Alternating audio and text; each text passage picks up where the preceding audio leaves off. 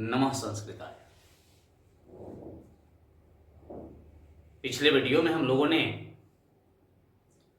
देखा संधि के प्रकार और विग्रह किए गए शब्द को हम कैसे पहचानेंगे कि यह स्वर संधि है, व्यंजन संधि है या विसर्ग संधि है। अगर संस्कृत के दृष्टिकोण में कहते हैं तो हम उसको अच संधि, हल संधि और विसर्ग संधि कहते हैं। उसी में हम लोग आगे बढ़ते हुए अब अच संधि के प्रकार को समझेंगे, यानी स्वर संधि के कितने भेद होते हैं और वो कौन से होते हैं उसको हम लोग ध्यान देंगे। अच संधि यानी स्वर संधि।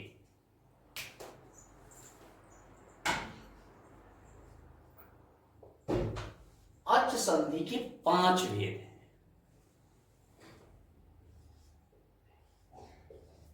स्वर संधि के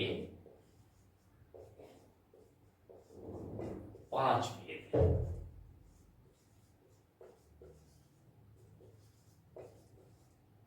भेद हैं। पहला है दीर्घ संधि। दीर्घ संधि उसी प्रकार से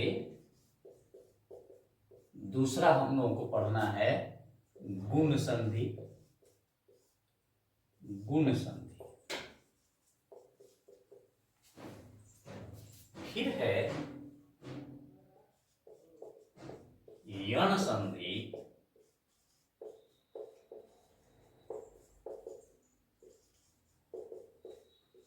वृद्धि संधि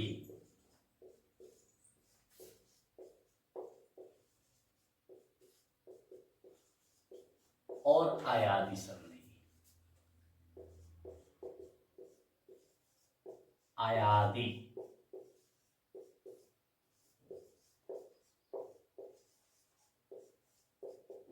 आयादी संधि। इस प्रकार से अच संधि के यानी स्वर संधि के 5 भेद हैं। दीर्घ, गुण, यण, वृद्धि और आयादी। हम लोगों ने वर्ण पढ़ने के क्रम में स्वर में पढ़ा था कि स्वर के 3 भेद हैं, ह्रस्व, दीर्घ और प्लुत। ह्रस्व वे स्वर होते हैं जिनमें एक मात्रा लगी हुई होती है, यानी उनके उच्चारण करने में कम समय लगता है। और दीर्घ का मतलब होता है जिसमें 2 मात्राएं होती है, यानी ह्रस्व से दुगुना समय जिसमें लगता है उच्चारण करने में, वो दीर्घ होते हैं। अब हम वही दीर्घ संधि के विषय में पढ़ेंगे। दीर्घ वर्ण को पढ़ चुके हैं, तो दीर्घ संधि क्या है अगर आप देखते हैं इसको ईमानदारी पूर्वक, तो मैं आपको आश्वस्त करता हूं कि बड़ी सुगमता से, बड़ी सरलता से आप दीर्घ को समझ जाएं, कहीं कोई असुविधा नहीं होगी। तो देखेंगे आप लोग पहले दीर्घ संधि। इसी को मिटा देते हैं हम। दीर्घ संधि हम लोग पढ़ते हैं। दीर्घ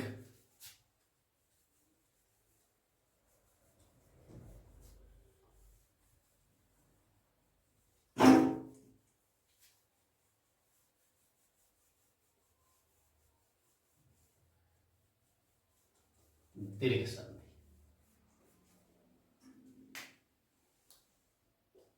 दीर्घ संधि की परिभाषा है 2 समान ह्रस्व या दीर्घ। 2 समान ह्रस्व या दीर्घ। 2 समान स्वर जब आपस में मिलते हैं, जब आपस में मिलते हैं तो दीर्घ हो जाते हैं। दीर्घ हो जाते हैं।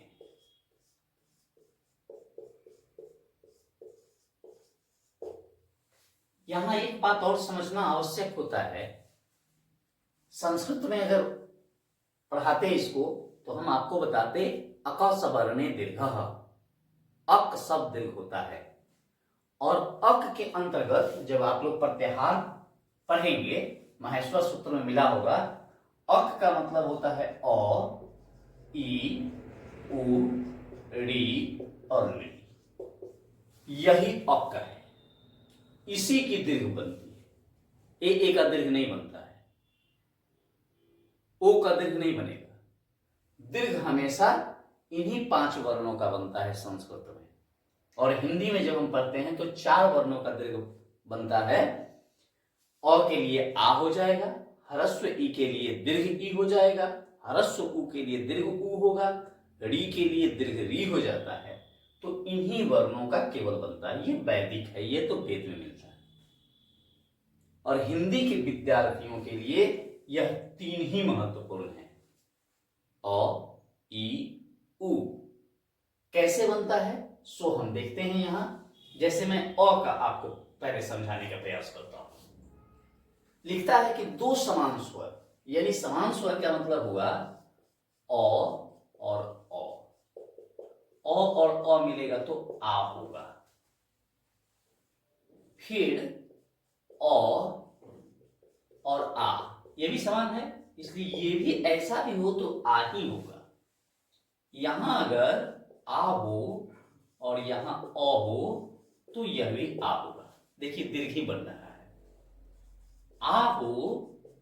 आ हो तो भी दीर्घ बनेगा। उसी प्रकार ई के साथ भी है, ह्रस्व ह्रस्व मिलेगा तो दीर्घ बनेगा, ह्रस्व दीर्घ मिलेगा तो भी दीर्घ बनेगा।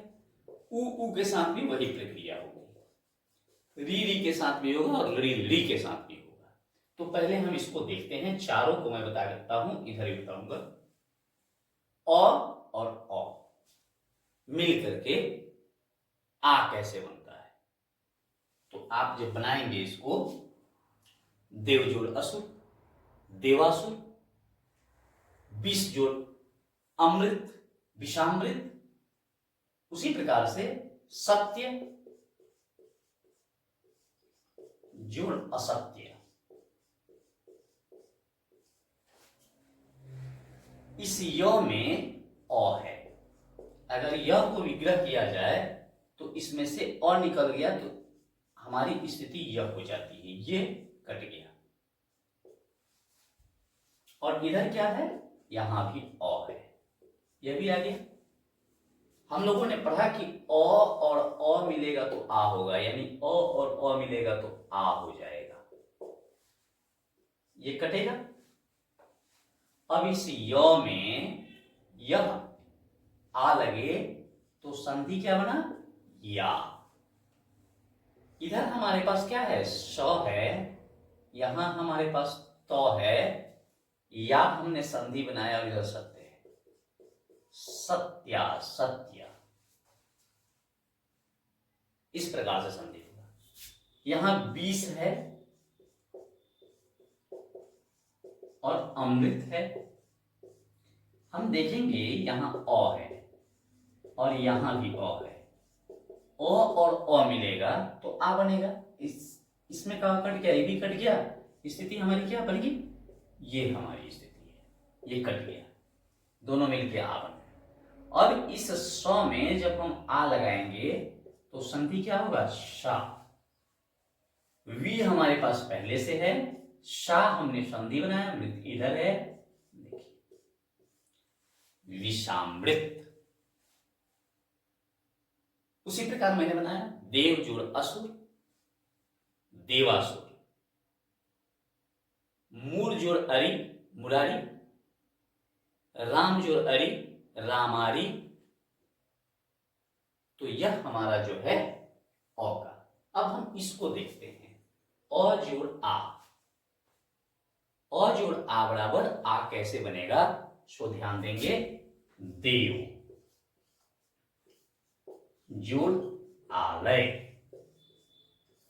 यहां हमारा आ है, अ है और यहां आ है, तो अ और आ मिलेगा तो क्या बनेगा, आ बनेगा, आ हो गया। देखेंगे आप, ये कट गया, स्थिति हमारी यह हो गई, और अ मिलके आ हो गया। व में जब आ लगा तो हमारा हो गया वाह।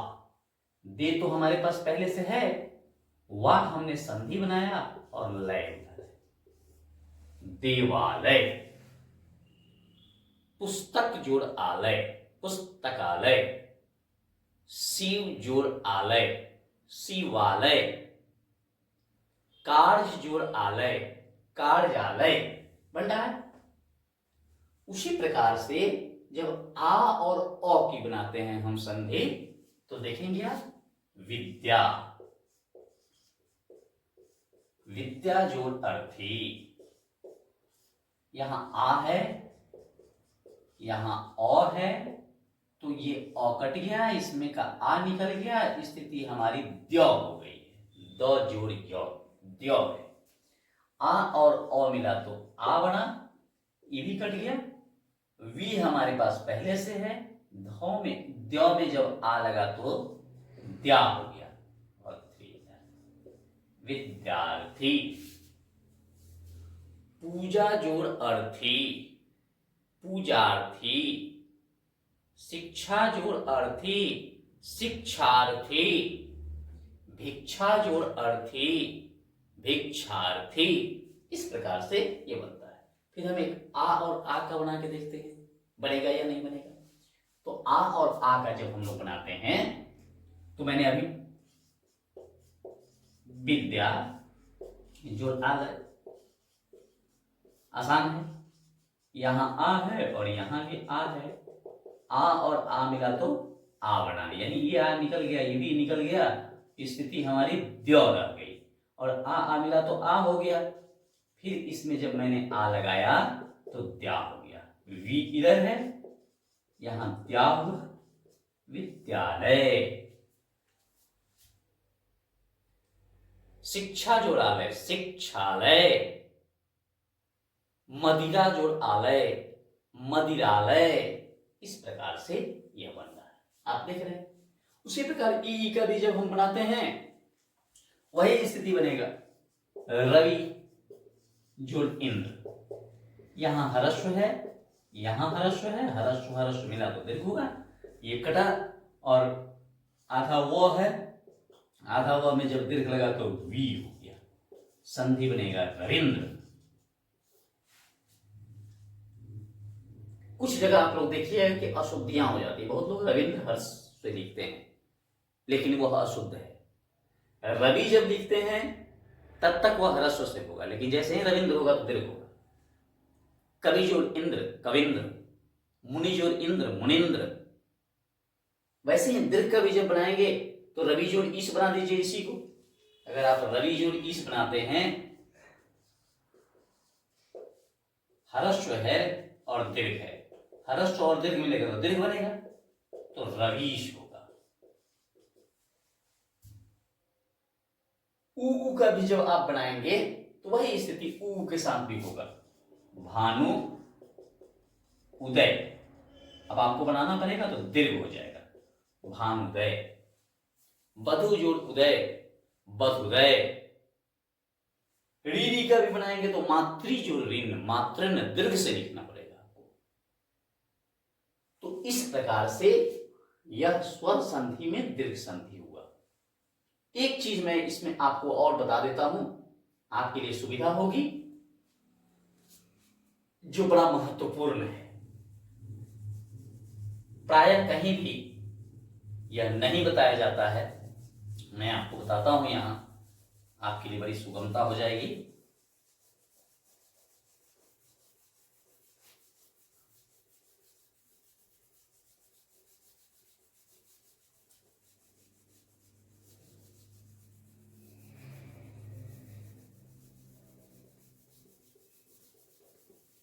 देखेंगे आप, देव जोड़ आलय मैंने बनाया, यानी किस सूत्र से, इस सूत्र के आधार पर वो बना है। अ और आ मिलके आ बना है। अब जरा विचार कीजिए कि हम आने पास हो जाए देव जोड़ आलय, यहां अ है और यहां भी अ है, अ और अ मिलेगा तो आ बनेगा, ये कट गया, स्थिति ये हो गई हमारी। जब इसमें आ आके लग गया तो वाह हो गया, तो इस प्रकार तो देवालय बनेगा। अगर इस सूत्र के आधार पर कहा जाए तो दिवाले बनाया, सही है। लेकिन नहीं भाई, ये गलत है, ये सही है। क्यों सही है, फिर मैं आपको बता दूं।